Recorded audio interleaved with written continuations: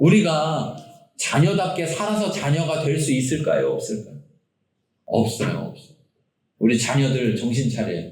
너네들이 자녀답게 살아서 부모가 너희를 자녀로 대해주는 게 아니라 너희들이 자녀기 때문에 너희를 자녀로 대해. 그래서 못해도 속쓰게도 뭐해도 부모가 그 자녀를 자녀로 대해서 돈도 대주고 해달라는 거 해주고 때로는 못해줄지라도 그렇게 하는 거지. 너네들이 자녀답게 막 잘 살았기 때문에 그것 때문에 부모가 해주는 게 아니라. 그런데 하나님이 우리를 그렇게 또 하셨다는 거예요. 하나님이 우리와 약속을 하자. 하나님이 말씀을 통해서 우리에게 뭔가 약속을 하시길 원하셔서 말씀하시거든. 네가 이렇게 해라. 그럼 내가 너에게 이렇게 해주겠다. 이렇게 성경에서 우리에게 말씀하시거든.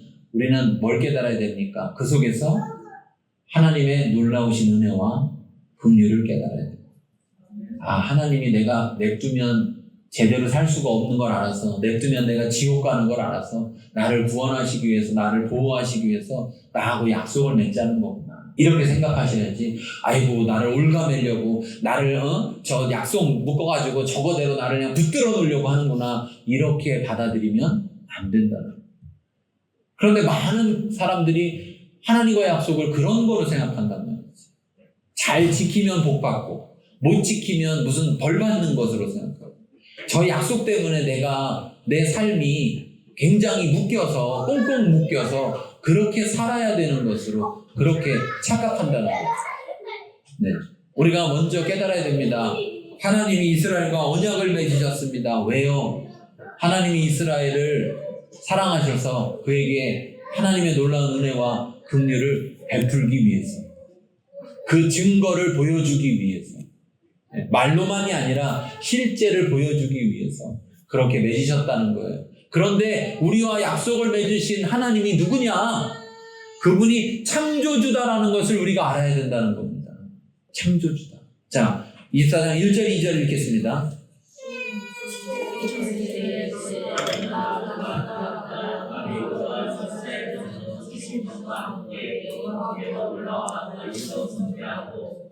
모세가 여호와께 가까이 나아오고 그때는 가까이 나오지 말며 백성은 너와 함께 올라오지 말지니라. 자, 왜 여기서 보니까 여호와께로 오는데 와서 멀리서 경배하라고 하고 모세에게만 너만 가까이 오라고 그랬느냐? 19장에도 똑같은 일이 있었습니다. 시내산에 처음 도착했을 때 똑같은 일이 있었는데 그때 뭐라 그랬냐면 19장 24절 보면 여호와께서 그에게 이르시되 가라, 너는 내려가서 아론과 함께 올라오고 제사장들과 백성에게는 경계를 넘어 나 여호와께로 올라오지 못하게 하라. 내가 그들을 칠까 하노라. 이 칠까 하노라, 이 말은 쳐서 죽이는 걸 말한단 말이에요. 그러니까 내가 저들을 죽일까 하노라.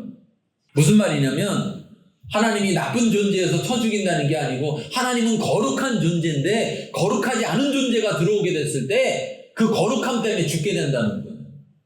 우리와 계약을 맺으시는 그분은 얼마나 거룩한지 우리가 가고 싶어도 그분 앞에 갈 수가 없는 거라는 거예요. 왜? 가면 죽어버리니까.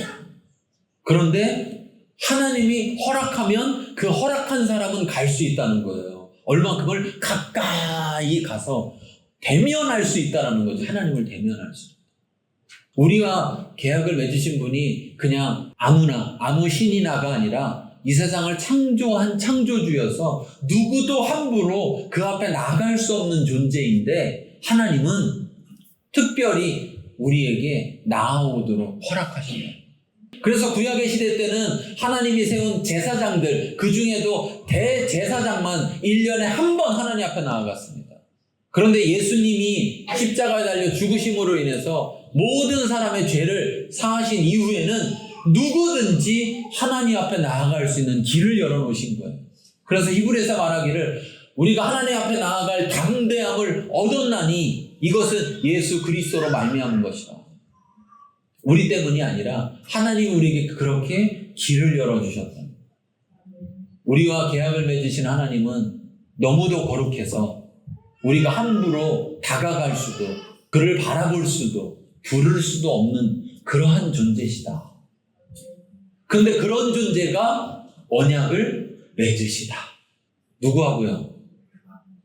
나하고 우리하고, 네. 우리 교회와 또 나 자신과 하나님이 언약을 맺으셨다. 이거 얼마나 놀라운 일입니까? 이거 얼마나 놀라운. 여러분, 내가 어떤 사람하고 친구가 됐어요. 근데 친구 됐는데 만일 이 친구 된 이 사람이 대단한 사람이야, 세상적으로. 그러면 사람들에게 자랑합니까, 안 합니까? 괜히 다른 사람들한테 가서 뭐 누구 알아? 그러면 막 안다고. 그거 알지 마. 그러면 나는 별로 싫은데 자꾸 나더러 친구하자고 그래가지고 내가 그냥 어쩔 수 없이 친구 해줬네. 뭐 이렇게 얘기하죠. 근데 사람도 좀 대단한 사람과 친구를 맺으면 그 사람과 뭔가 가까운 사이가 되면 자랑하는데, 우리가 언약을 맺은, 계약을 맺은 대상은 창조주 하나님이라는 거예요. 그분이 나와 우리와 계약을 맺으셨다는 겁니다. 감동들이요.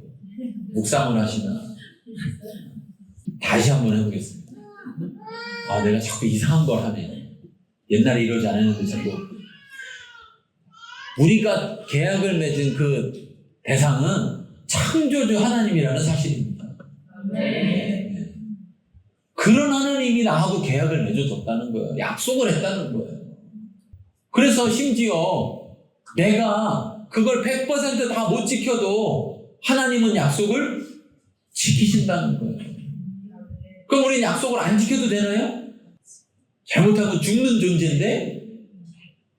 그런데 내가 그런 존재랑 했기 때문에 약속을 반드시 지켜야죠. 옛날에 뭐 영화 같은 거 보니까 나쁜 놈들끼리 서로 계약을 맺잖아요. 이렇게. 그래가지고 뭐 물건을 언제까지 딱 납품을 하겠다. 그러면 상대편이 딱 뭐라 하면 이놈이 더 센 놈이야. 그러면 뭐라 그래요? 약속 꼭 지켜라. 이렇게 며칠까지 꼭 지켜라. 안 지키면 어떻게 한다는 거예요? 죽여버린다. 그러니까 그 약속을 지키려고 얼마나 노력을 해요. 그런데 우리 하나님은 어느 정도냐? 가까이만 가도 죽어, 가까이만 가도.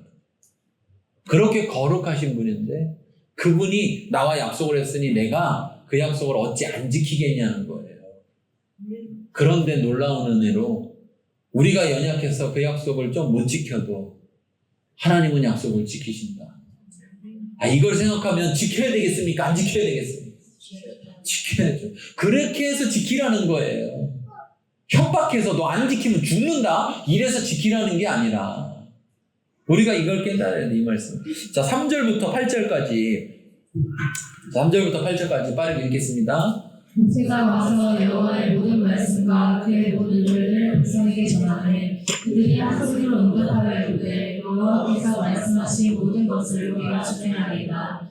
모세가 여호와의 모든 말씀을 기록하고 이르되 아침에 일어나 산 아래에 제단을 쌓고 이스라엘 12지파대로 12기둥을 세우고 이스라엘 자손의 청년들을 보내어 여호와께 서로 번제와 화목제를 드리게 하고 모세가 피를 가지고 하나님 여호와 앞에 담고 하나님 제단에 드리고 언약서를 가져다가 백성에게 낭독하여 듣게 하니 그들이 이르되 여호와의 모든 말씀을 우리가 준행하리이다. 모세가 그 피를 가지고 백성에게 뿌리며 이르되 이는 여호와께서 이 모든 말씀에 대하여 너희와 세우신 언약의 피니라. 네. 자, 여기 보니까 모세가 와서 여호와의 모든 말씀과 그의 모든 율례, 우리가 지금까지 배웠던 하나님이 어떤 공동체, 어떤 나라를 세우길 원하는지를 쭉 배웠잖아요. 그렇죠? 그거와 하나님의 모든 말씀, 즉 10가지 말씀을 주셨잖아요. 그것을 백성들에게 전하니까 그들이 한 소리로 응답해서, 즉 하나님의 말씀에 언약을 맺기로 해서 뭐라고 했냐면 여호와께서 말씀하신 모든 것을 우리가 준행하리이다. 여러분, 약속은 다 지키기로 하는 겁니까? 아니면 지킬 수 있는 것만 지키기로 하는 겁니까? 다 지키기로 하는 것이 약속인 거죠. 어떤 분은 그러더라고요. 약속은 깨려고 있는 거라고. 그런 분하고 약속하지 마세요. 네, 깨려고 하는 건데 뭐. 네. 근데 약속은 지키려고 하는 거죠. 네. 지키지 않을 거면 할 필요가 없는 거죠. 약속은 지키려고 하는 거예요. 그런데 그때 지키려는 자세가 어떤 자세가 되냐면 모든 것을 지키겠다. 약속한 대로 모든 것을 지키겠다. 우리가 이러한 마음으로 하나님과 약속을 하는 것입니다. 여러분 기억하십시오. 응? 아이고 하나님은 안 지켜도 뭐 다 은혜로 봐주신다는데 뭐 난 지킬 수 있는 것만 지키지 뭐 이렇게 마음에 먹으면 약속이에요? 약속이 아니에요? 약속을 맺는 거예요? 안 맺는 거예요? 이건 안 맺는 거죠. 하나님 우리 중심의 마음을 다 보시는데 이미 약속 가운데 약속을 깨겠다는 거잖아요. 어기겠다는 마음으로 약속을 하는 거잖아요. 그건 약속이 아니죠.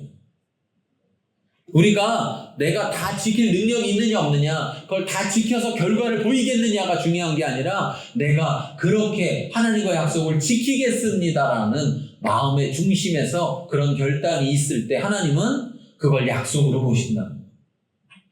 꼭 이렇게 고백해야 된다. 자, 그때 이 약속하는 것에 대해 행위의 절차들이 있습니다. 절차. 첫 번째는 4절에 여호와의 모든 말씀을 기록하였다. 약속을 기록하였다. 왜 기록할까요? 왜 기록해요? 지키기 위해서. 기록하지 않으면 어떻게 될 수 있어요? 잊어버리면 뭐 할 수 있으니까?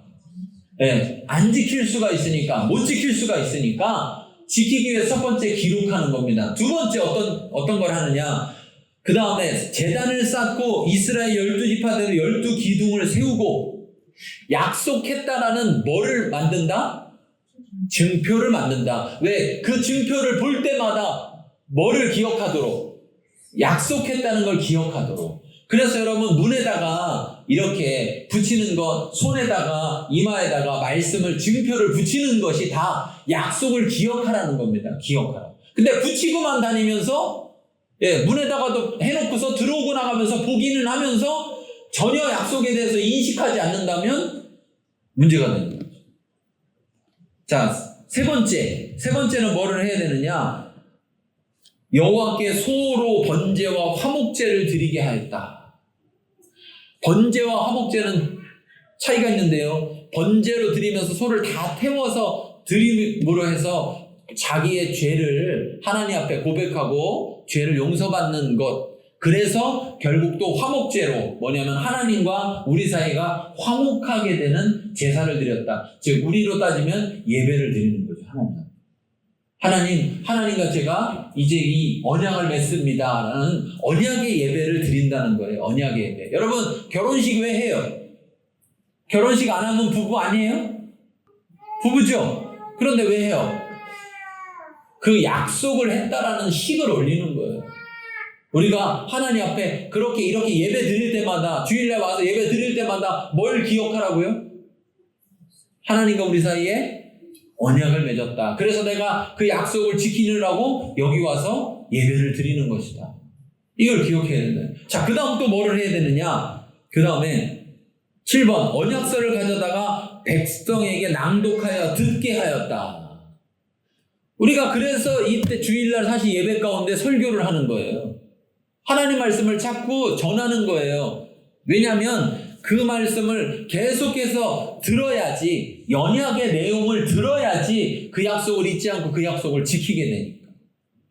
그래서 이후로도 이스라엘 백성들은 느헤미야 시대 때든 언제든 열왕기 시대 때든 다 항상 중요한 날 이스라엘 백성이 다 모이면 빼놓지 않고 하는 게 뭐냐면 언약서를 읽는 식을 했단 말이에요. 그래서 읽어서 듣도록 했다는 거예요.